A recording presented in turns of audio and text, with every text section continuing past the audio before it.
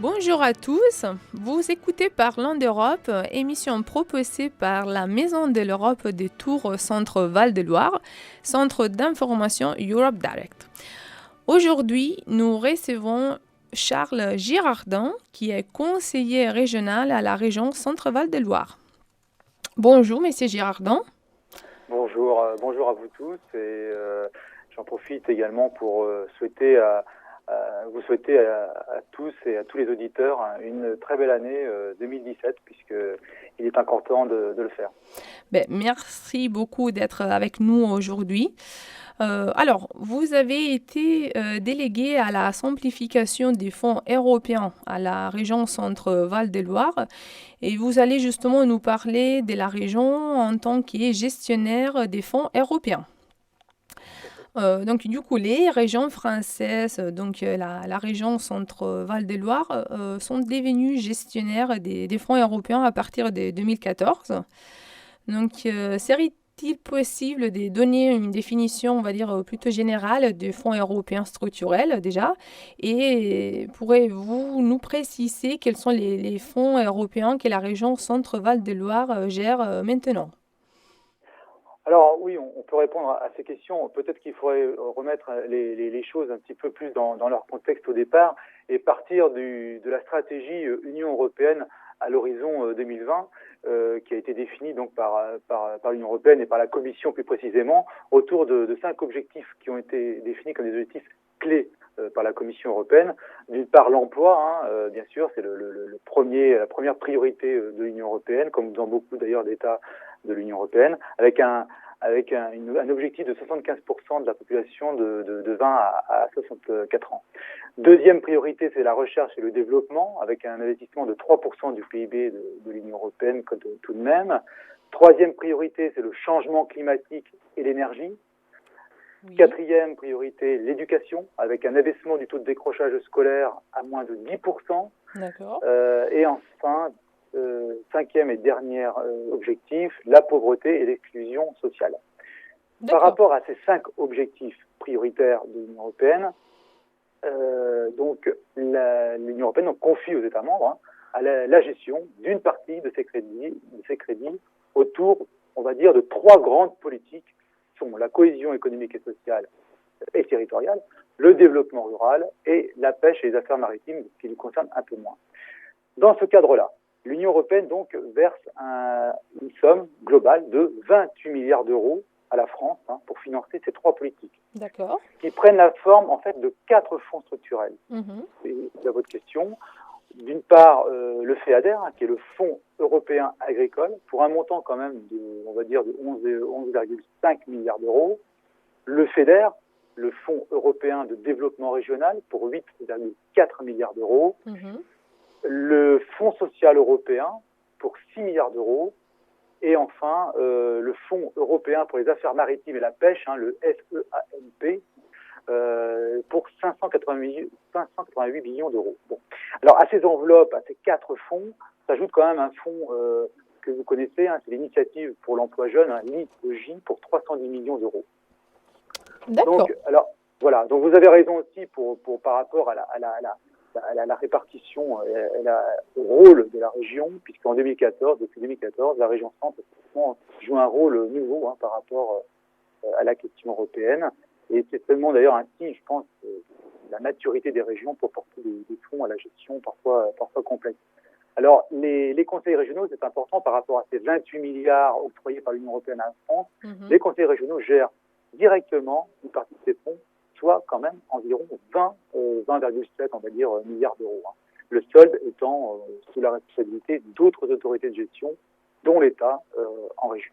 D'accord. Voilà. Et justement, quelles sont les priorités politiques européennes de la région Centre-Val-de-Loire pour l'année 2017? Alors, au niveau des priorités, on ne peut pas dire qu'il y a vraiment des priorités en tant que telles. L'important, c'est par rapport au FEADER, le financement régional agricole, concentrera une partie importante de nos efforts. Cette année, on devra activer ce qu'on appelle la clause de revoyure du FEADER pour mieux répartir les fonds européens dans le secteur agricole. En fait, le vrai sujet, bon, vous l'avez compris, c'est l'actualité aussi, hein, de répondre aux agriculteurs en difficulté et de préparer l'agriculture d'avenir, hein, une agriculture qui soit soutenable et durable.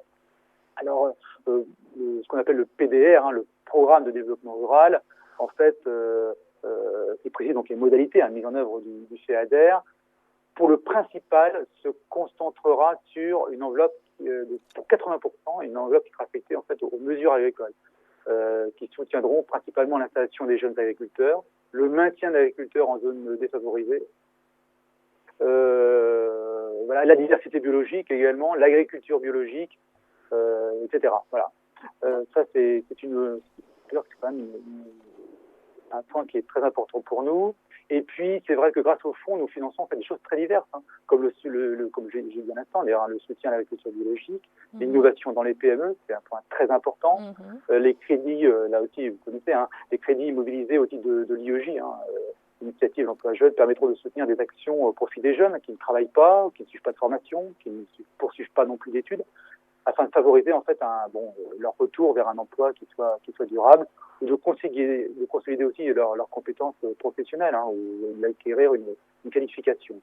Alors, ça, donc c'est le FEADER, l'IEJ, le FEDER. Alors le FEDER, pour 40% des fonds du FEDER, notre priorité, c'est le soutien à des projets de recherche, développement, innovation. Alors pourquoi ? Pour stabiliser l'emploi artisanal, lutter contre la perte d'emploi dans l'industrie, développer l'entrepreneuriat, développer également des entreprises innovantes, hein, dans le domaine de spécialisation de ce qu'on appelle, alors pompeusement, je dirais, la SRISI, c'est-à-dire la stratégie régionale d'innovation pour une spécialisation intelligente. Hein. Donc, voilà. Et donc ça c'est pour le FEDER. Oui. Et enfin, je pourrais dire, deuxième point quand même du FEDER, qui est également pour nous quelque chose de très important, pour environ 35% des fonds, c'est destiné des fonds à l'économie à faible teneur en carbone. C'est très important. D'accord. Merci, M. Girardin. Nous vous retrouvons tout de suite après la pause.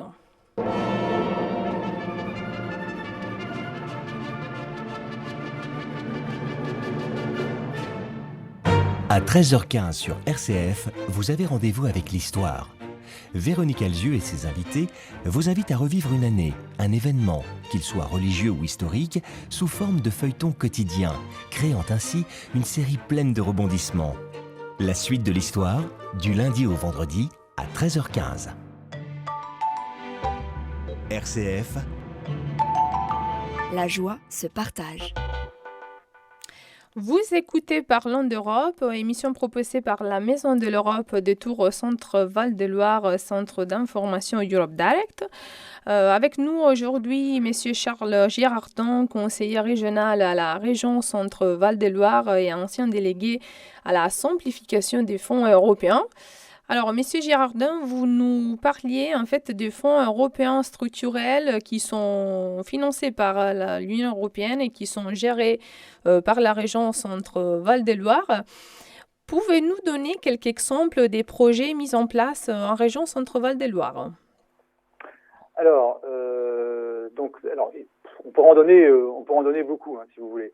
Peut-être que les plus significatifs, ceux qui peuvent être les plus parlants, on pourrait peut-être évoquer à ce moment-là le programme opérationnel, le PO Loire.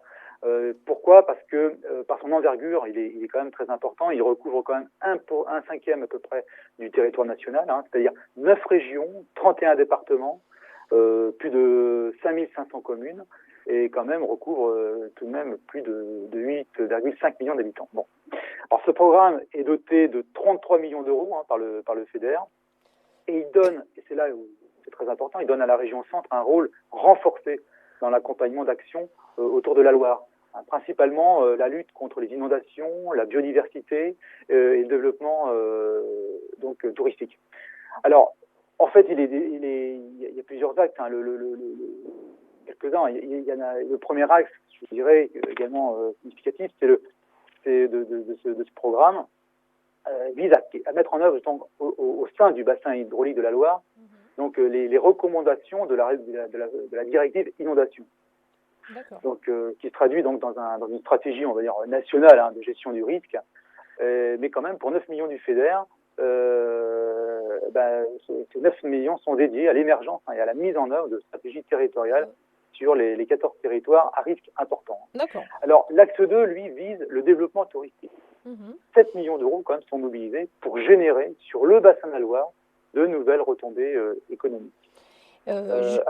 Un troisième objectif par rapport à ce programme Loire, c'est le renforcement de la connaissance sur les milieux aquatiques et sur les éléments de la biodiversité associée.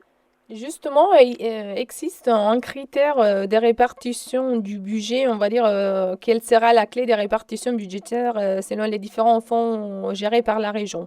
Est-ce qu'il y a un critère de répartition du budget qui est peut-être donné au niveau de l'Union européenne ou c'est justement la région qui décide de mettre en place selon ses besoins territoriaux? Alors en fait non, c'est la région a elle-même donc réparti, enfin en accord avec l'État, puisque c'est l'État, encore une fois, alors la Commission qui a l'Europe qui verse aux États, qui ensuite verse aux régions, en fonction alors la répartition se fait de manière un peu différente. Oui, alors on repart sur d'autres questions. Alors la répartition, si vous voulez, c'est pas forcément facile à expliquer. Alors, c'est chaque région qui répartit en fait ses enveloppes, si vous voulez, sur un nombre limité de thématiques en fonction des fonds ou de concentration thématique. Alors, si vous voulez, cette répartition, elle a pour but d'éviter le saupoudrage, et donc de maximiser donc l'effet de levier des fonds européens. Et donc, en fonction du niveau de développement économique des régions et du fonds, le taux de subvention des fonds européens est plus ou moins important, allant de 50 à 85% du montant total des projets.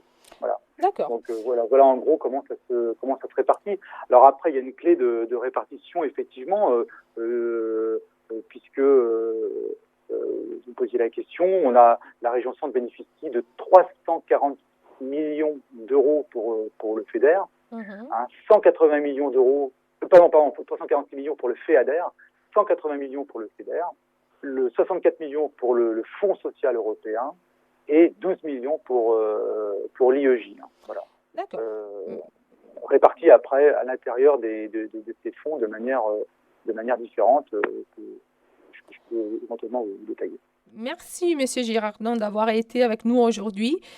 C'était Parlons d'Europe, émission proposée par la Maison de l'Europe de Tours, Centre Val-de-Loire, Centre d'information Europe Direct. Vous pouvez retrouver nos émissions en podcast sur les sites de RCF Turan ou sur notre site internet www.maisoneuropetour.fr. À bientôt. Au revoir.